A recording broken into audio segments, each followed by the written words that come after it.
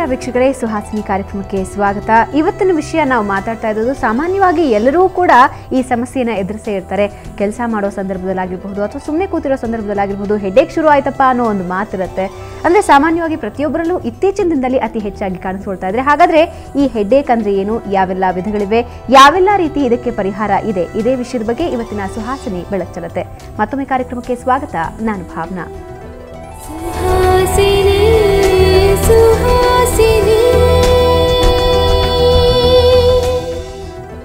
ಇದ್ರ ಬಗ್ಗೆ ನಮ್ಮ ಜೊತೆ ಮಾತಾಡೋದಕ್ಕೆ ವೈದ್ಯರಾದಂತಹ ನಾಜಿಯಾ ನಮ್ಮ ಜೊತೆ ಇದೆ. ನಾಜಿಯಾ, ಕಾರ್ಯಕ್ರಮಕ್ಕೆ ಸ್ವಾಗತ.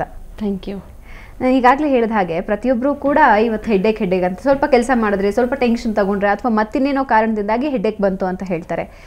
ಈ ಹೆಡ್ಡೇಕ್ ಅಂದರೆ ಏನು ಅರ್ಥ, ಏನು ಮೀನಿಂಗ್ ಇದಕ್ಕೆ? ಹೆಡ್ಡೇಕ್ ಅಂದರೆ it's a pain in the head and ಹಲವಾರು ಕಾರಣಗಳಿವೆ ಇದಕ್ಕೆ. ಸೊ ಕೆಲವೊಬ್ಬರಲ್ಲಿ ಇದು ಸಾಮಾನ್ಯವಾದ ಕಾಸಸ್ ಅಂದರೆ ಸನ್ ಹೆಡ್ಡೇಕ್ ಇರ್ಬೋದು, ಅಂದರೆ ಬಿಸಿಲಿಗೆ ಹೋದಾಗ ತಲೆನೋವು ಆಗ್ಬೋದು, ಅಥವಾ ಗ್ಯಾಸ್ಟ್ರಿಕ್ ಪ್ರಾಬ್ಲಮಿಂದ ಕೂಡ ತಲೆನೋವು ಆಗೋದು ತುಂಬ ಕಾಮನ್. ಇದೇ ಅಲ್ಲದೆ ಸೈನಸೈಟಿಸಿಂದ ಹೆಡ್ಡೇಕ್ ಆಗ್ಬೋದು, ಅಥವಾ ಮೈಗ್ರೇನ್ ಹೆಡ್ಡೇಕ್ ಇರ್ಬೋದು. ಆ್ಯಂಡ್ ಇದೇ ಅಲ್ಲದೆ ಬ್ರೈನ್ ಟ್ಯೂಮರ್ಸಿಂದ ಕೂಡ ತಲೆನೋವು ಆಗ್ಬೋದು. ಆ್ಯಂಡ್ ಈವನ್ ಸರ್ವೈಕಲ್ ಸ್ಪಾಂಡೈಲೋಸಿಸ್ ಅಂತ ಒಂದು ಪ್ರಾಬ್ಲಮ್ ಇದೆ. ಸೊ ಇದರಲ್ಲೂ ಕೂಡ ನೆಕ್ ಪೇನ್ ಇರುತ್ತೆ. ಇದರ ಜೊತೆಯಲ್ಲೂ ಕೂಡ ತಲೆನೋವು, ತಲೆ ಸುತ್ತಿರ್ಬೋದು, ಫೇಶಿಯಲ್ ನ್ಯೂರಾಲ್ಜಿಯಾಸಲ್ಲೂ ಇರ್ಬೋದು. ಆ್ಯಂಡ್ ಇದೇ ಅಲ್ಲದೆ ಆಹಾರದಲ್ಲಿ ಡಯಟ್ರಿ ಡೆಫಿಷಿಯನ್ಸಿ, ಆಹಾರದ ಕೊರತೆಯಿಂದ ಕೂಡ ತಲೆನೋವು ಆಗುವ ಚಾನ್ಸಸ್ ಇದೆ. ಅನೀಮಿಯಾ, ಐರನ್ ಡೆಫಿಷಿಯನ್ಸಿ ಇದ್ದಲ್ಲಿ ತಲೆನೋವು ಆಗ್ಬೋದು. ಸೊ ಇದು ಮುಖ್ಯವಾಗಿ ಸ್ಕೂಲ್ ಗೋಯಿಂಗ್ ಗರ್ಲ್ಸಲ್ಲಿ ಕಾಣಿಸ್ಕೊಳ್ಳೋದು. May be at the age of 12 to 18 years ಏನಾಗುತ್ತಂದರೆ they may have deficiency of iodine in the body and even iron deficiencies may come up and because of this headache ಬರ್ಬೋದು. So this is known as again because of deficiency headache, anemic headache ಅಂತ. And main causes again migraine headache, sinusitis. ಇವೆಲ್ಲ ನೋಡಿ, ಇದನ್ನು differentiate ಮಾಡಬೇಕಾದ್ರೆ ಇದರ some symptoms patient ಹೇಳ್ತಾರೆ ಈ ಥರ ಸಿಮ್ಟಮ್ಸ್ ಇರತ್ತಂತ. ಬಿಕಾಸ್ ಸನ್ ಹೆಡ್ಡೇಕ್ ಅಂದರೆ ಬಿಸಿಲಿಗೆ ಹೋದಾಗ ತಲೆನೋವು ಆಗೋದು, ಆ್ಯಂಡ್ ಮನೆಯಲ್ಲಿ ಬಂದು ರೆಸ್ಟ್ ತಗೊಂಡ್ರೆ ಈಗ ತಲೆನೋವು ಕಡಿಮೆ ಆಗ್ಬೋದು. ಈವನ್ ಅಗೇನ್ ಗ್ಯಾಸ್ಟ್ರಿಕ್ ಹೆಡ್ಡೇಕ್ ಕೂಡ ಅದೇ ಥರ ಇರುತ್ತೆ. ಅಂದರೆ ಯಾವುದೇ ಒಂದು ಫುಡ್ಡನ್ನು ನಾವು ಎಸ್ಕೇಪ್ ಮಾಡಿದ್ರು, ಮಿಸ್ ಮಾಡಿದ್ರು ಕೂಡ ಮೀಲ್ಸನ್ನು ತಲೆನೋವು ಬರ್ಬೋದು. ಬಟ್ ಊಟದ ನಂತರ ಇದು ನಿಧಾನವಾಗಿ ಕಡಿಮೆ ಆಗ್ಬೋದು. Okay, so again coming to sinusitis ಅಲ್ಲಿ ಇದರ ಈ ಥರದ್ದೊಂದು severe, it is a kind of headache which is very severe. Okay, so patient ಹೇಳ್ತಾರೆ ತಲೆ ಮುಂಭಾಗದಲ್ಲಿ ಓಕೆ ಹೆಡ್ಡೇಕ್ ಇರುತ್ತೆ ಅಂತ. ಬಿಕಾಸ್ ಬೇಸಿಕಲಿ 4 ಸೈನಸಸ್ ಇದೆ, ಕಣ್ಣು ಮೇಲ್ಗಡೆ, ಕೆಳಗಡೆ, ಮೂಗಿನ ಕಡೆ ಆ್ಯಂಡ್ ಹಿಂಭಾಗದಲ್ಲೂ, ತಲೆ ಹಿಂಭಾಗದಲ್ಲೂ ಸೈನಸಸ್ ಇರೋದು. ಸೊ ಯಾವ ಸೈನಸ್ ಇನ್ಫೆಕ್ಷನ್ ಆಗಿದೆಯೋ ಆ ಪೋರ್ಷನಲ್ಲೇ ತಲೆನೋವು ಇರುತ್ತೆ. ಸೊ ಫ್ರಾಂಟಲ್ ಹೆಡ್ಡೇಕ್ ಇರುತ್ತೆ ಸೈನಸೈಟಿಸಲ್ಲಿ. ಫ್ರಾಂಟಲ್ ಅಂದರೆ ಈ ಕಣ್ಣು ಮೇಲ್ಗಡೆ. ಸೊ ತುಂಬ ಸಿವಿಯರ್ ಆಗಿರುತ್ತೆ, ನೋವು ಮುಟ್ಟಕ್ಕೂ ಆಗಲ್ಲ, ಆ್ಯಂಡ್ ಮುಂದೆ ಬಗ್ಗಿದ್ರೆ ನೋವು ಹೆಚ್ಚಾಗ್ಬೋದು. ಇದರ ಜೊತೆಯಲ್ಲಿ ಮೂಗಿನ ಸಿಮ್ಟಮ್ಸ್ ಕೂಡ ಇರುತ್ತೆ. ಅಂದರೆ ಕೆಲವೊಬ್ಬರಲ್ಲಿ ನೋಸ್ ಬ್ಲಾಕ್ ಇರ್ಬೋದು, ಅಥವಾ ಡಸ್ಟ್ ಎಲರ್ಜೀಸ್ ಇರ್ಬೋದು ಅವರಲ್ಲಿ. And again they may also have these pains from increase ಆಗುತ್ತೆ. ಇದು ತಲೆ ಸ್ನಾನ ಮಾಡಿದ ನಂತರ ಇನ್ಕ್ರೀಸ್ ಆಗ್ಬೋದು, ಅಥವಾ ಬಿಸಿಲಿಗೆ ಹೋದಾಗ ಕೂಡ ಈ ಹೆಡ್ಡೇಕ್ ಇನ್ಕ್ರೀಸ್ ಆಗ್ಬೋದು. ಬಟ್ ಮೇನ್ ಫೀಚರ್ ಇದರ ಜೊತೆಯಲ್ಲಿ ನೇಸಲ್ ಸಿಮ್ಟಮ್ಸ್ ಇರುತ್ತೆ. ನೋಸ್ ಬ್ಲಾಕ್ಸ್ ಇರಲಿ, ಅಥವಾ ಬೇರೆ symptoms like dust allergies and all that. And migraine headache basically ಇದು ಫೇಸ್, ತಲೆ ಒಂದು ಕಡೆನೇ ಸ್ಟಾರ್ಟ್ ಆಗುತ್ತೆ. ಅಂದರೆ ಆಯ್ತು ರೈಟ್ ಸೈಡೆಡ್ ಹೆಡ್ಡೇಕ್ ಇರ್ಬೋದು, ಅಥವಾ ಲೆಫ್ಟ್ ಸೈಡ್ ಇರ್ಬೋದು. ಹಂಗೆ ಸ್ಟಾರ್ಟ್ ಆಗಿಬಿಟ್ಟು ಇದು ಇಡೀ ತಲೆಗೂ ಸ್ಪ್ರೆಡ್ ಆಗ್ಬೋದು. ಆ್ಯಂಡ್ ಇದ್ರ ಜೊತೆಯಲ್ಲಿ main important symptom vomiting sensation ಇರುತ್ತೆ. ಯೂಶಲಿ ಮೈಗ್ರೇನ್ ಪೇಷಂಟ್ಸ್ ಅವರಿಗೆ ತಲೆನೋವು ಸ್ಟಾರ್ಟ್ ಆದರೆ ಇದ್ರ ಜೊತೆಯಲ್ಲಿ ವಾಮಿಟಿಂಗ್ ಸೆನ್ಸೇಷನ್ ಕೂಡ ಇರ್ಬೋದು. ಆ್ಯಂಡ್ ಈ ಒಂದು headache it last for long time. ಅಂದರೆ ಮೈಗ್ರೇನ್ ಬರೋದಕ್ಕೆ ಕಾರಣ ಏನು?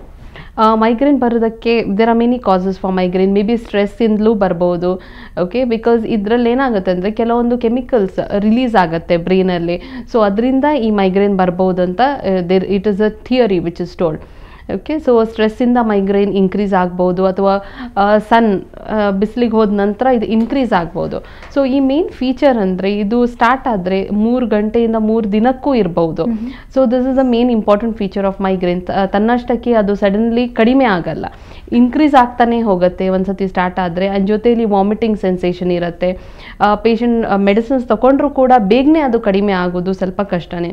So migraine headache is set to be a very very severe form of a headache. Okay, so ಅದರಿಂದ ಅಗೇನ್ ಸರ್ವೈಕಲ್ ಸ್ಪಾಂಡೈಲೋಸಿಸ್ ಇಂದ ಕೂಡ ಹೆಡ್ಏಕ್ ಆಗ್ಬೋದು. ಸೊ ಇದರಲ್ಲಿ ಬೇಸಿಕಲಿ ಇದು ನೆಕ್ ಹಿಂಭಾಗದಲ್ಲಿ ನೋವು ಸ್ಟಾರ್ಟ್ ಆಗುತ್ತೆ ಆ್ಯಂಡ್ ಇಡೀ ತಲೆಗೂ ಅದು ಸ್ಪ್ರೆಡ್ ಆಗುತ್ತೆ. ಸೊ ಈ ನರಗಳೆಲ್ಲ ಎಳ್ದಂಗೆ ಆಗೋದು, ಪುಲ್ಲಿಂಗ್ ಟೈಪ್ ಆಫ್ ಸೆನ್ಸೇಷನ್ ಅಂತ ಹೇಳ್ತಾರೆ ಪೇಷಂಟ್ಸ್. ಸೊ ಬೇಸಿಕಲಿ ಇದರಲ್ಲಿ ಅಗೇನ್ ತಲೆ ಸುತ್ತು ಕೂಡ ಇರ್ಬೋದು, because it is again nerve related. So these are all the main forms of headache. And again blood pressure, BP increase ಆದರೂ ಕೂಡ ಮೈಗ್ರೇನ್ ಹೆಡ್ಏಕ್ ಅಥವಾ whatever the form of headache ಇದೆ ಬರ್ಬೋದು. ಬಿಕಾಸ್ ಹೈ ಬ್ಲಡ್ ಪ್ರೆಷರ್ ಇಂದ ಕೂಡ ತಲೆನೋವು ಆಗೋದು ತುಂಬ ಸಹಜ. Again some common causes could be because of continuously looking at the system. If somebody is working usually maybe software professionals or data entry jobs ಇರುತ್ತೆ, ಅಂಥವರು ಕಂಟಿನ್ಯೂಸ್ ಆಗಿ ಸಿಸ್ಟಮ್ ಅನ್ನು ಸ್ಟೇ ಮಾಡ್ತಾ ಇರ್ತಾರೆ. ಸೊ ಅಂಥವರಲ್ಲೂ ಕೂಡ because of eye strain also headache can come up. So these are all the major causes. And headache ಇದ್ದಲ್ಲಿ slow, if it is a dull type of a pain, mainly eye checkups ಮಾಡಿಸ್ಕೊಳ್ಬೇಕು. Because it may be because of the vision problem ಇಂದ ಕೂಡ ತಲೆನೋವು ಬರ್ಬೋದು, ಅಥವಾ again because of dietary deficiency or could be migraine or sinusitis.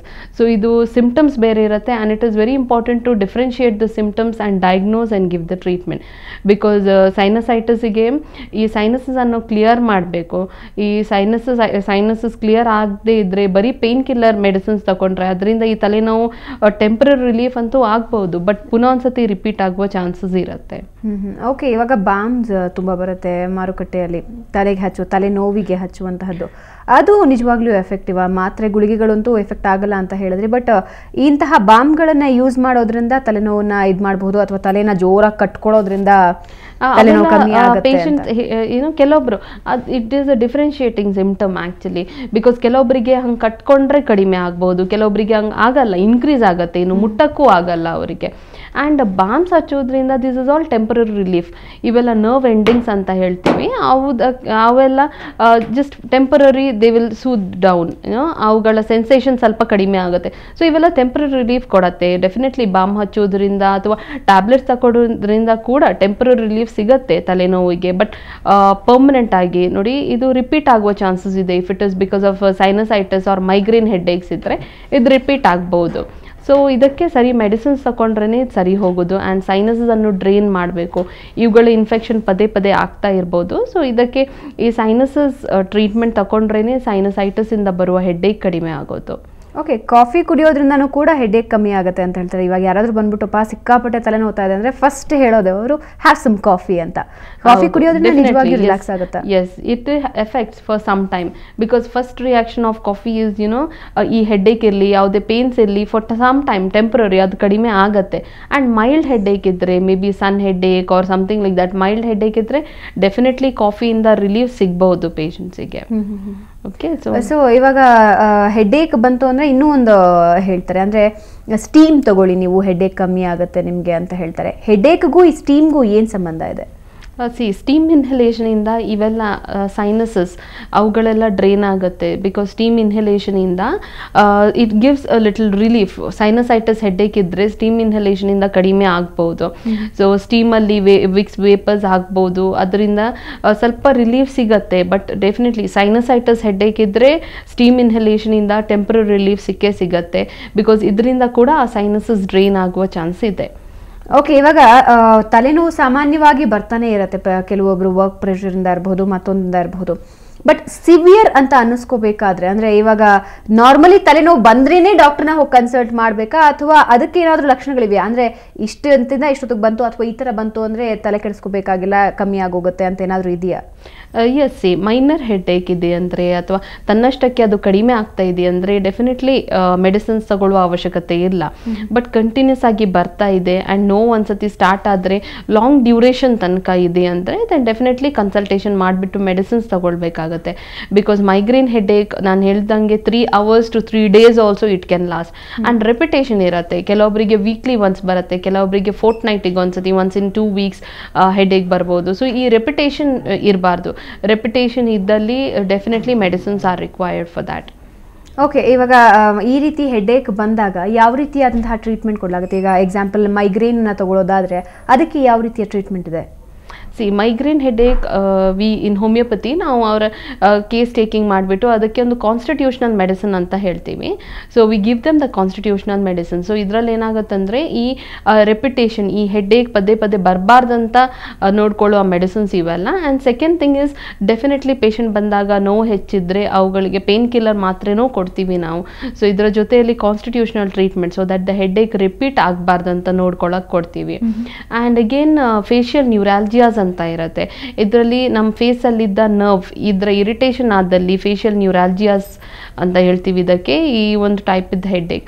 So ಇದರಲ್ಲೂ patient ತುಂಬ severe ಇರುತ್ತೆ ನೋವು. ಇದು ಚೀಕ್ಸ್ ಒಂದು ಭಾಗದಲ್ಲಿ ನೋವು ಇರ್ಬೋದು, ಪ್ರಿಕ್ಕಿಂಗ್ ಪೇನ್ಸ್ ಇರ್ಬೋದು, ಅಥವಾ ಶೂಟಿಂಗ್ ಪೇನ್ಸ್ ಇರುತ್ತೆ. Okay, so these are all definitely criterias of facial neuralgia. So usually ಈ ಪೇನ್ಸ್ ಎಲ್ಲಾದರೂ ಟ್ರಾವೆಲ್ ಮಾಡಿದರೆ ಅಥವಾ ಚಳಿಗಾಲದಲ್ಲಿ ಈ ಪೇನ್ಸ್ ಹೆಚ್ಚಾಗಬಹುದು. So this is again a form of headache which is known as facial neuralgia. So ಇದನ್ನು migraine ಅನ್ನು sinusitis ಅನ್ನು ಡಿಫ್ರೆನ್ಶಿಯೇಟ್ ಮಾಡಿಬಿಟ್ಟು ಮೆಡಿಸಿನ್ಸ್ ಕೊಡಲಾಗೋದು. ಓಕೆ, ಇವಾಗ ಸೈನಸೈಟಿಸ್ ಬಂತು ಅಂದರೆ ಅದಕ್ಕೆ ಯಾವ ರೀತಿಯಾದಂತಹ ಟ್ರೀಟ್ಮೆಂಟ್ ಇರುತ್ತೆ? ಯಾಕಂದರೆ ಸೈನಸ್ನ ಡ್ರೈನ್ ಮಾಡಬೇಕು ಅಂತ ನೀವೇ ಹೇಳ್ತಾ ಇದ್ರಿ. ಸುಮಾರು ಎಷ್ಟು ಕಾಲ ಹಿಡಿಬೋದು? ಯಾಕಂದರೆ ಸೈನಸೈಟಿಸ್ ಬಂತು ಅಂದರೆ ತುಂಬ ಜನ ಹೆದರ್ಕೋತಾರೆ, ಹೋಗೋದೇ ಇಲ್ಲ, ಎವ್ರಿ ಡೇ ಸ್ಟೀಮ್ ತೊಗೋತಾನೆ ಇರಬೇಕಾಗತ್ತೆ, ಅಂದರೆ ಲೈಫ್ ಲಾಂಗ್ ತೊಗೋಬೇಕಾಗತ್ತೆ, ಹಾಗೆ ಹೀಗೆ ಅನ್ನೋ ಸಾಕಷ್ಟು ಗೊಂದಲಗಳಿವೆ ಇದ್ರ ಬಗ್ಗೆ. ಸೊ ಅದ್ರ ಬಗ್ಗೆ ಟ್ರೀಟ್ಮೆಂಟ್ ಯಾವ ರೀತಿ ಹೋಗುತ್ತೆ? ಸೈನಸಸ್ ಅಂದರೆ ಬೇಸಿಕಲಿ ನಮ್ಮ ಹೆಡ್ಡಲ್ಲಿ, ನಮ್ಮ ಸ್ಕಲ್ಲಲ್ಲಿ ಕೆಲವೊಂದು ಏರ್ ಫಿಲ್ಡ್ ಸ್ಪೇಸಸ್ ಇರುತ್ತೆ. So basically 4 pairs of sinuses ಇರೋದು. ಸೊ 2 ಕಣ್ಣು ಮೇಲ್ಗಡೆ ಇರೋದು, ಕಣ್ಣು ಕೆಳಗಡೆ 2 ಇದೆ, ಆ್ಯಂಡ್ 2 ಮೂಗಿನ ಕಡೆ ಇದೆ, and 1 pair of sinuses inside the skull, okay, ಹಿಂಭಾಗದಲ್ಲಿರೋದು. ಸೊ ನಾವು ತಲೆ ಸ್ನಾನ ಮಾಡಿದಾಗ ಹಲವೊಬ್ಬರು ಏನು ಮಾಡ್ತಾರಂದರೆ ಸರಿಯಾಗಿ ಇದು ಮಾಡಲ್ಲ, ಡ್ರೈ ಮಾಡಲ್ಲ ಕೂದಲನ್ನು. So what happens is the water soak ಆಗುತ್ತೆ. ಸೊ ಅದರಿಂದ ಈ ಸೈನಸಸ್ಗಳ ಇನ್ಫೆಕ್ಷನ್ ಆಗ್ಬೋದು. ಸೊ ಅಗೇನ್ ಇದರ ಇನ್ಫೆಕ್ಷನ್ ಆದಲ್ಲಿ they will come up with headache. So ಇದು ಒಂದ್ಸತಿ ಆಗಲ್ಲ, it can be continues. May be frequency ಹೆಚ್ಚಿರುತ್ತೆ. May be they will get this headache, dull aching type of pain ಇರುತ್ತೆ, ತುಂಬ ಸಿವಿಯರ್ ನೋವು ಅಂತ ಇರಲ್ಲ, ತುಂಬ ಡಲ್ ಏಕಿಂಗ್ ಪೇನ್ ಇರುತ್ತೆ. ಆ್ಯಂಡ್ ಇದು ಒಂಥರ ಡಲ್ ಆಗಿಬಿಡ್ತಾರೆ patients. And second thing is they will not be interested in any work. Okay, so ತಲೆನೋವು ಇದ್ದೇ ಇರುತ್ತೆ. ಆ್ಯಂಡ್ ಈ ಸೈನಸಸ್ ಅನ್ನು ಮುಟ್ಟಿದ್ರೆ ಗೊತ್ತಾಗುತ್ತೆ, ಇವುಗಳಲ್ಲಿ ಟೆಂಡರ್ನೆಸ್ ಇದ್ದರೆ ಅದು ಯಾವ ಸೈನಸ್ ಇನ್ಫೆಕ್ಷನ್ ಆಗಿದೆಯಾ ಅಂತ ತಿಳ್ಕೊಳ್ಬಹುದು. ಆ್ಯಂಡ್ ಇದೇ ಅಲ್ಲದೆ ಡೆಫಿನೆಟ್ಲಿ ವಿತ್ ದ ಎಕ್ಸ್ರೇ ಮಾಡಿದಲ್ಲಿ ಯಾವ ಸೈನಸಲ್ಲಿ ಇನ್ಫೆಕ್ಷನ್ ಇದೆಯಾ ಅಂತ ಕಂಡು ಹಿಡಿಬಹುದು. And again CT scan reports ಎಲ್ಲೂ ಕೂಡ ಸೈನಸಲ್ಲಿ ಹೇಸಿನೆಸ್, ಸೈನಸಸ್ಗಳ ಇನ್ಫೆಕ್ಷನ್ ಎಲ್ಲ ಕಂಡು ಹಿಡಿಬಹುದು. ಓಕೆ, ಇದ್ರ ಬಗ್ಗೆ ನಿಮ್ಮ ಜೊತೆ ಇನ್ನಷ್ಟು ಮಾತಾಡ್ತೀನಿ. ಸೊ ವೀಕ್ಷಕರೇ, ಇಂತಹ ಸಮಸ್ಯೆಗಳು ನಿಮ್ಮ ಹತ್ರನೂ ಇದ್ರೆ ನೀವು ಕರೆ ಮಾಡಿ ನೇರವಾಗಿ ಡಾಕ್ಟರ್ ಜೊತೆ ಮಾತಾಡಬಹುದು. ಈಗ ಒಂದು ಸಣ್ಣ ವಿರಾಮ, ನಂತರ ಸುಹಾಸಿನಿ ಮುಂದುವರಿಯುತ್ತೆ.